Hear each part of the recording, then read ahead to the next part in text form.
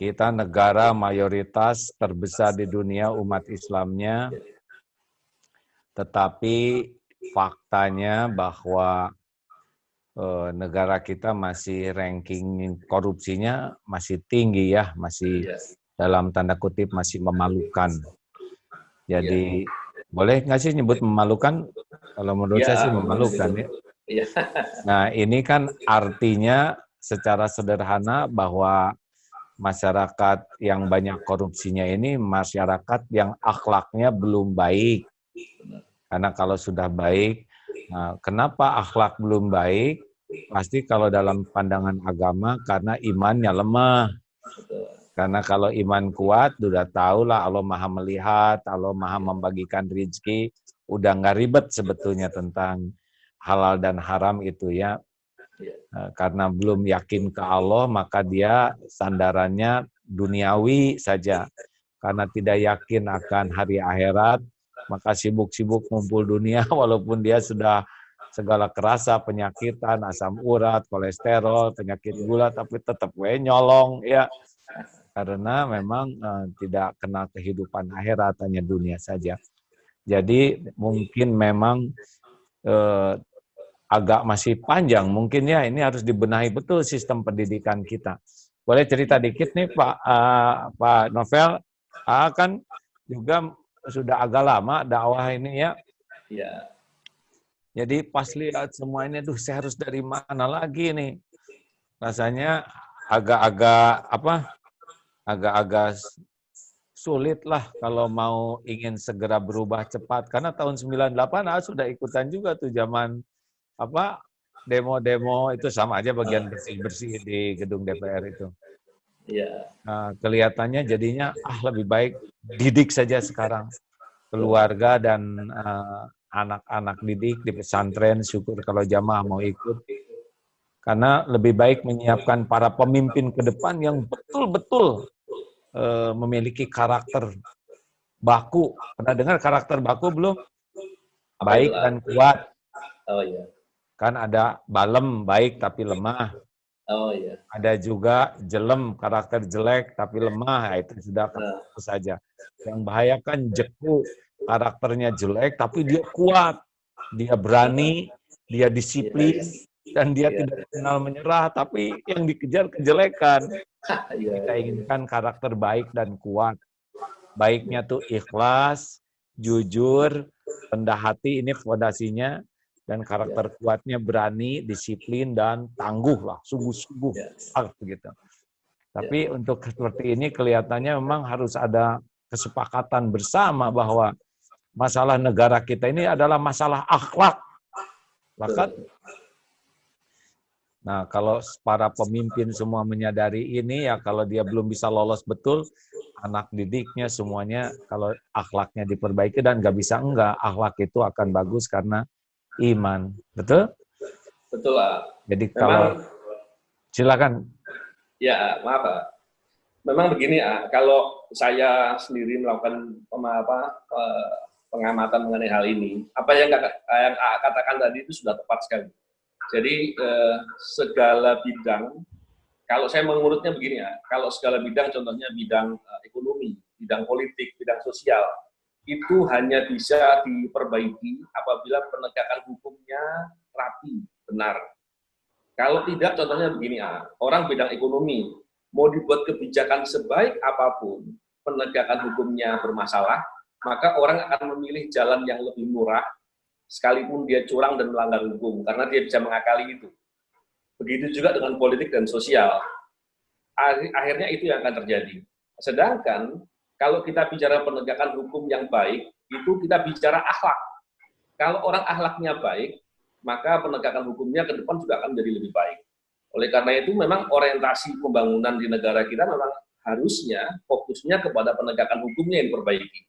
Karena dari pengalaman atau buku-buku yang pernah saya baca atau saya pernah diskusi dengan orang-orang banyak, itu selalu dipandang bahwa suatu negeri, baik yang di masa lalu, contohnya di masa-masa kejayaan Islam contohnya, itu setiap kemajuan yang akan dilakukan itu dimulai dari penegakan hukum yang baik. Tapi penegakan hukum yang baik hanya bisa terjadi ketika akhlaknya baik. Mungkin begitu, yang lebih paham. Sepakat. Jadi sepakat karena semua undang-undang aturan ini bagus dibuatnya, hanya kalau yang melaksanakannya tidak bagus ya dikadalin juga. Betul lah. Jadi memang tidak cukup ingin masyarakatnya ingin patuh hukum, tetapi terutama penegak hukumnya ini yang diberikan kewenangan, kekuasaan. Kalau penegak hukumnya orang-orang yang takut kepada Allah, ingat akhirat dan adil, bangsa ini insya Allah akan cepat. Tapi kalau para penegak hukum dengan apa aturannya masih belum bagus akhlaknya, ya berarti masih rada lama ini. Kelihatannya begitu. Kan semua masalah itu diawali dengan ketidakadilan, ya. Nah, tidak adilnya penegak hukum ini. Nah, dan penegak hukum juga adalah produk masyarakat, betul? Karena siapapun yang jadi penegak hukum kan itu ada ibunya, ada bapaknya, ada gurunya. Jadi analisanya masih panjang kan nih, negara kita bergelimang seperti ini. Ada pengurangan nggak sih, Pak? Memang gini tentunya kalau saya meyakini bahwa efek dari apa yang dilakukan dalam penegakan hukum selama ini pastilah ada. Cuman ketika orang melihat kesempatan itu begitu lebarnya dan resiko dari perbuatan itu begitu bisa diakali atau sedemikian kecilnya, maka orang akan bisa memilih untuk berbuat seperti itu. Kalau bicara lama apa tidaknya, saya selalu optimis bahwa segala sesuatu Allah pasti akan segera melakukan perubahan kepada bangsa dan negara kita, dan saya yakin itu. Tentunya ketika setiap orang yang berbuat untuk melakukan kebaikan mesti tidak boleh putus asa, karena seringkali kan begini saya juga sering diskusi dengan beberapa kawan yang sampai pada posisi ini kita mau ngapain lagi? Kita sudah berbuat sedemikian rupa tapi toh tidak berubah. Tentunya dalam beberapa perspektif saya dan kawan-kawan selalu mengatakan bahwa porsi kita kan hanya berbuat. Kalau kita berbuat belum berhasil, Allah belum berubah, bahwa itu adalah wujud karena Allah begitu sayangnya sama kita. Kita diberi kesempatan untuk berbuat yang berikutnya. Masya Allah. Dan sampai pada porsi nanti Allah akan berubah dan itu semua kehendak Allah yang terbaik. Wah, tepat. Memang tugas kita kan cuma 3. 1, meluruskan niat agar lillahi ta'ala. Yang kedua, all out, mengerahkan segala daya, ikhtiar di jalan yang Allah suka. Dan yang ketiga, tawakal kepada Allah. Pernah ngobrol nggak sama koruptor, kenapa mereka korupsi? Yang jujur gitu, mereka bisa jujur. Iya, memang saya pernah bicara dengan beberapa orang lah yang saya tangani dan beberapa mau untuk bicara dengan lebih terbuka. Pada dasarnya ketika diceritakan, saya bisa menangkap pesan-pesan penting yang dia sampaikan. Ada satu yang mengatakan bahwa sebenarnya dia itu berbuat itu karena awalnya berbuat sedikit, penyimpangan sedikit. Tapi terus penyimpangan itu terjadi dan pada posisi lain ada suatu kebutuhan yang mau nggak mau menyertai dengan perbuatan jahatnya untuk mendapatkan uang dengan cara yang tidak halal tadi. Dan ketika pada posisi penyimpangannya sudah sedemikian jauh, maka dia sulit sekali untuk berubah. Nah ini ada satu yang mengatakan demikian. Ada juga saya pernah bertemu dengan koruptor gitu ya. Dia mengatakan kepada saya sebelumnya pernah mengatakan kepada dia untuk mau memilih jalan berkata jujur, apapun resikonya. Kemudian setelah dia praktekkan, dia dapat hukuman sampai kemudian dia dapat di lembaga pemasyarakatan. Saya bertemu lagi dengan yang bersangkutan untuk melakukan pemeriksaan. Yang bersangkutan memanggil saya, Pak Novel, saya mau beritahu nasihat untuk Anda. Kan senang juga saya dinasihati gitu kan.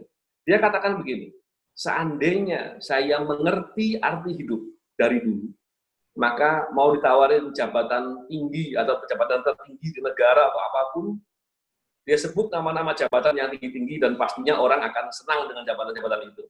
Atau ada di sini, dia katakan. Di sini itu lembaga pemasyarakatan, saya pilih di sini. Saya katakan, Kenapa kok bisa begitu? Dia bilang, setiap hari saya tidak diganggu oleh siapapun untuk ibadah. Hampir setiap hari saya jadi imam, ditunjuknya masjidnya di LP-nya itu.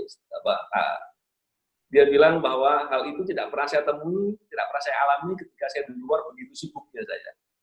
Ini yang kemudian saya lihat, wah, ini luar biasa. Bahkan saya pun sampai merinding. Lalu ini cerita tentang keluarga yang ditangkap. Keluarga tuh mereka tidak berpikir malu keluarganya membawa makanan yang tidak halal. Sebagian besar mereka itu nggak sadar, maksudnya dia tidak punya pemahaman dan pengetahuan itu. Ataupun dia mengubur pengetahuannya itu dengan kepura-puraan, saya tidak tahu mana yang benar. Tapi saya tidak pernah bicara dengan lebih intens dengan keluarganya. Kalau saya kan lebih sering berbicara dengan koruptornya langsung. Dan memang ada beberapa yang kemudian memilih jalan untuk bertobat dan memperbaiki apa yang sudah kesalahan selama ini yang sudah dialami. Tapi ada juga yang kemudian justru malah marah dan kemudian merancang perbuatan-perbuatan baru dan lain-lain. Ya masing-masing ada jalannya masing-masing nggak ya. Iya, jalan untuk mulia dan jalan untuk hina. Semuanya sudah ada di sini softwarenya, tinggal dia milih yang mana. Baik, ya, nah benar. Lalu selanjutnya nih yang menarik adalah apa nih yang paling sebetulnya yang paling bisa dilakukan oleh masyarakat yang seperti AA dan yang tidak punya kekuasaan apa-apa. Kan yang punya kekuasaan lah, saya sudah tidak mau bicara banyak karena itu sudah ada bagiannya. Harusnya gimana nih caranya ke masyarakat ini supaya bangsa kita ini menjadi lebih baik gitu. Karena maaf ya, kan hadis Rasulullah juga sudah jelas. Dari sidik, dari kejujuran, yahdi ilal bir. Mengantarkan kepada kebaikan. Dari kebaikan, albiru yahdi ilal jannah. Kebaikan mengantarkan surga. Lalu ketidakjujuran akan mengantarkan kepada kejahatan. Dan kejahatan ini mengantarkan kepada neraka. Jadi sulit sekali kita mengharapkan kebaikan yang banyak dari orang yang tidak jujur. Karena orang yang tidak jujur itu pasti waktunya, potensinya digunakan untuk menutupi ketidakjujurannya. Jadi kalaupun dia nyumbang, dia berbuat baik, dia ramah, dia apapun, ya ada tugas utama dia, yaitu menyembunyikan ketidakjujurannya. Akhirnya dia berbuat lagi. Nah itu kan harus dilindungi terus, setiap kebohongan itu akibatnya dia tidak akan bisa mengurus jabatan apapun, pekerjaan apapun, karena pekerjaan inti dia adalah menyembunyikan ketidakjujurannya yang banyak. Jadi memang tipis harapan sebuah bangsa akan maju kalau bangsa itu tidak menggunakan fondasi kejujuran. Gimana menurut Pak Anies, Pak Anies, Anies Baswedan, itu teh saudara atau bukan sih? Masih sepupu kedua. Jadi ayahnya dia dengan ayah saya sepupu. Oh, jadi pakai ada Baswedannya ya? Iya. Siap, silakan. Tentang jadi itu begini ya, memang masyarakat. Ya, tentunya porsi kita ini kan porsi mulai dari diri sendiri ya. Tentunya kita memulai dari diri sendiri, kita berbuat kebaikan tadi yang sampaikan tadi bahwa kita mesti harus berbuat mempersiapkan diri kita. Ketika diri kita baik, maka kita mulai dengan kita jangan mau ikut di suatu mekanisme yang tidak benar. Contohnya ketika mengikuti suatu proses layanan publik, ya kita jangan nyuap. Kita jangan mau ambil jalan enaknya sendiri dengan cara curang untuk kita lebih diunggulkan dari orang lain dan lain-lain. Hal ini kita mulai dari diri kita sendiri dan sebisa mungkin kita juga memperbesar pengaruh dari lingkungan kita kepada lingkungan kita. Dan selanjutnya untuk peran yang bisa kita lakukan adalah ketika ada setiap ketidakberesan atau kejahatan, maka kita menggunakan hak kita untuk melaporkan kepada pihak-pihak yang memang punya kewajiban untuk melakukan pengawasan dan proses atas hal itu. Sedangkan hal itu, selain dari hal itu, ada juga hal yang penting, bahwa pendidikan, tadi yang saya katakan di awal, itu untuk pendidikan akhlak kan banyak dilakukan oleh ulama-ulama, diantaranya sendiri ya. Dan tentunya apabila ini konsisten dilakukan tapi dilakukan oleh banyak pihak. Tentunya kita sangat meyakini bahwa ke depan peluang kebaikan akan segera terwujud itu akan semakin besar. Dan kita harus optimis, dan saya yakin AA itu pengajar optimisme. Saya optimis karena yang membulak-balik semuanya adalah Allah. Kalau ngandelin diri udah pasti nggak bisa apa-apa lah. Ya.